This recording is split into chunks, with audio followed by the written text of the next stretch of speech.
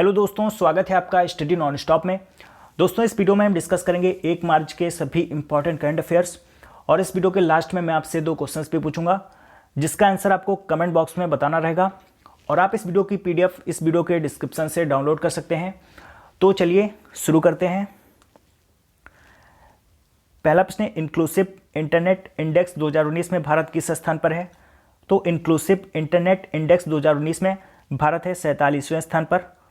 पिछले साल भी भारत 47वें स्थान पर था और इस बार भी 47वें स्थान पर है। और अगर बात की जाए इसमें पहले स्थान पर कौन है, तो इसमें पहले स्थान पर है स्वीडन, दूसरे स्थान पर है सिंगापुर और तीसरे स्थान पर है अमेरिका। और inclusive internet index 2019 report Facebook ने तैयार की है। अगला प्रश्न, हाल ही में हरून रिसर्च द्वारा विश्व के अमीर व्यक्तियों की सूची जारी की गई है। इस सूची में मुकेश अंबानी किस स्थान पर हैं? तो इस सूची में मुकेश अंबानी है 8वें स्थान पर। एशिया में सिर्फ मुकेश अंबानी ही हैं जिन्होंने टॉप 10 में अपनी जगह बनाई है। 54 बिलियन डॉलर की संपत्ति के साथ मुकेश अंबानी इसमें 8वें स्थान पर है। और अगर बात की जाए इसमें पहले स्थान पर कौन है, तो पहले स्थान पर है अमेजन के चेयरमैन जेफ बेजोस। अगला प्रश्न, बायो एशिया का 16वां संस्करण बायो एशिया 2019 कहाँ आयोजित किया गया? तो बायो एशिया का 16वां संस्करण बायो एशिया 2019 आयोजित किया गया तेलंगाना की राजधानी हैदराबाद में। बायो एशिया 2019 ये एशिया का सबसे बड़ा जैव प्रौद्योगिकी और जीव विज्ञान से संबंधित एक कार्यक्रम है। तो इसका आयोजन तेलंगाना की राजधानी हैदराबाद में किया गया और इसका उद्घाटन तेलंगाना के राज्यपाल ESL नरसिम्हन ने किया। और इसकी थीम क्या है? बायो एशिया 2019 की थीम क्या है?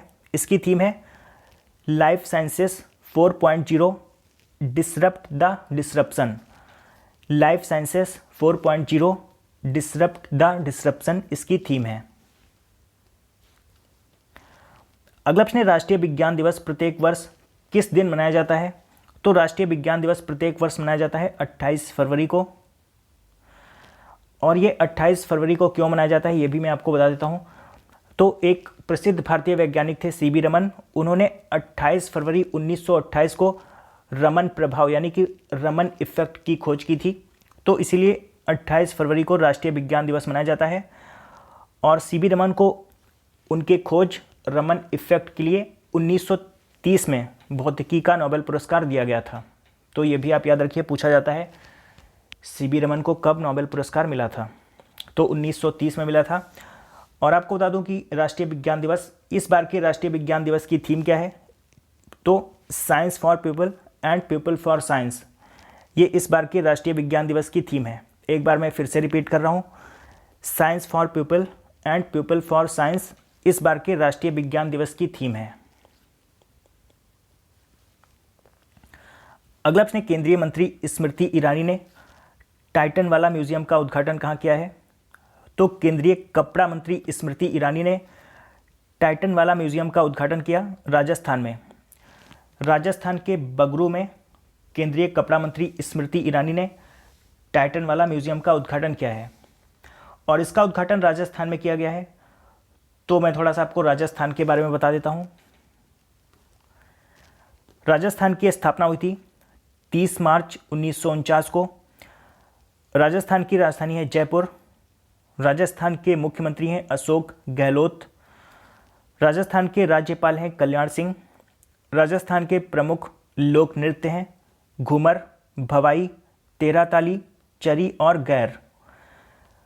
राजस्थान में माउंट रेंज है अरावली।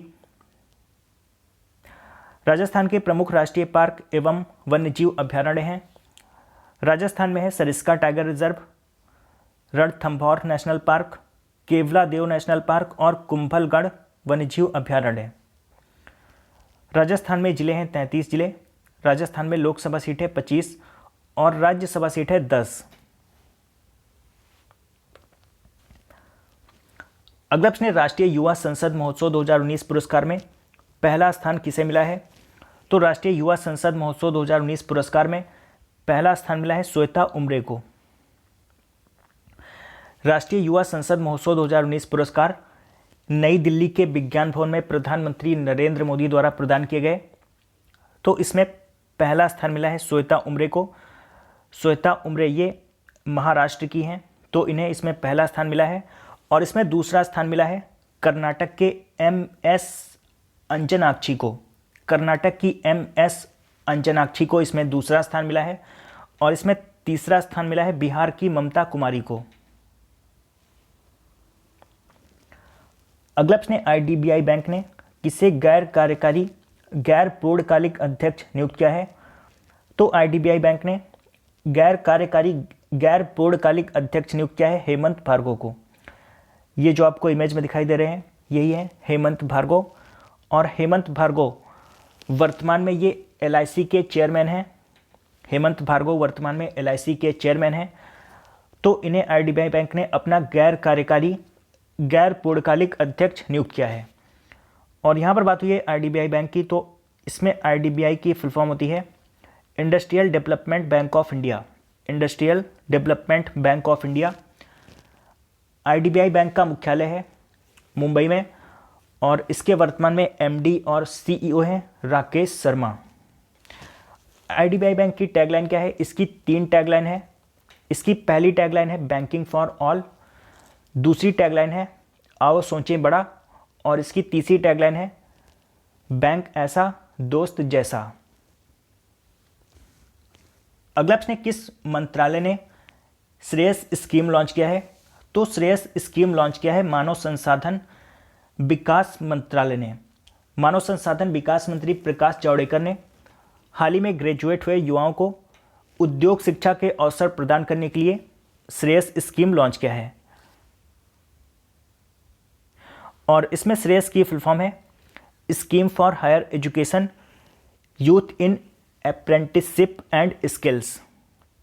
एक बार मैं फिर से रिपीट कर रहा हूँ, श्रेयस की फुल फॉर्म है scheme for higher education youth in apprenticeship and skills.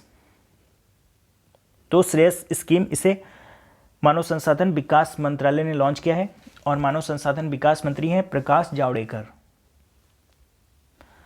अगला प्रश्न, नासा किस वर्ष में एटमॉस्फेरिक वेव्स एक्सपेरिमेंट शुरू करेगा? तो नासा एटमॉस्फेरिक वेव्स एक्सपेरिमेंट शुरू करेगा 2022 में। नासा अगस्त 2022 में एटमॉस्फेरिक वेव्स एक्सपेरिमेंट शुरू करेगा और यह एक्सपेरिमेंट वैज्ञानिकों को हमारे ग्रह के चारों ओर विशाल अंतरिक्ष की मौसम प्रणाली को समझने में मदद करेगा। तो नासा इसे अगस्त 2022 में शुरू करेगा और इस मिशन के लिए नासा लगभग $42 मिलियन खर्च करेगा। और यहाँ पर बात हुई है नासा की, तो नासा की फुल फॉर्म होती है national aeronautics and space administration. National aeronautics and space administration NASA की फुल फॉर्म होती है। नासा का मुख्यालय है वाशिंगटन DC USA में। अगला प्रश्न, रेल मंत्री पीयूष गोयल ने किस राज्य के लिए एक नए रेलवे जोन की घोषणा की है? तो रेल मंत्री पीयूष गोयल ने एक नए रेलवे जोन की घोषणा की है आंध्र प्रदेश के लिए और इस नए रेलवे जोन का मुख्यालय होगा विशाखापट्टनम में। रेल मंत्री वर्तमान में पीयूष गोयल हैं और इसके अलावा पीयूष गोयल ये कोयला मंत्री भी हैं। और अगर बात की जाए वर्तमान में रेलवे बोर्ड के अध्यक्ष कौन हैं, तो रेलवे बोर्ड के अध्यक्ष हैं विनोद कुमार यादव। और यहाँ पर बात हुई है आंध्र प्रदेश की, तो मैं थोड़ा सा आपको आंध्र प्रदेश के बारे में बता देता हूँ। आंध्र प्रदेश की स्थापना हुई थी 1 नवंबर 1956 को। आंध्र प्रदेश की राजधानी है अमरावती। अमरावती आंध्र प्रदेश की प्रस्तावित राजधानी है। आंध्र प्रदेश के मुख्यमंत्री हैं N चंद्रबाबू नायडू। आंध्र प्रदेश के राज्यपाल हैं ESL नरसिम्हन। आंध्र प्रदेश के प्रमुख बांध हैं, आंध्र प्रदेश में है नागार्जुन सागर बांध जो कि कृष्णा नदी पर बना हुआ है और आंध्र प्रदेश में है श्रीशैलम बांध, ये भी कृष्णा नदी पर बना हुआ है।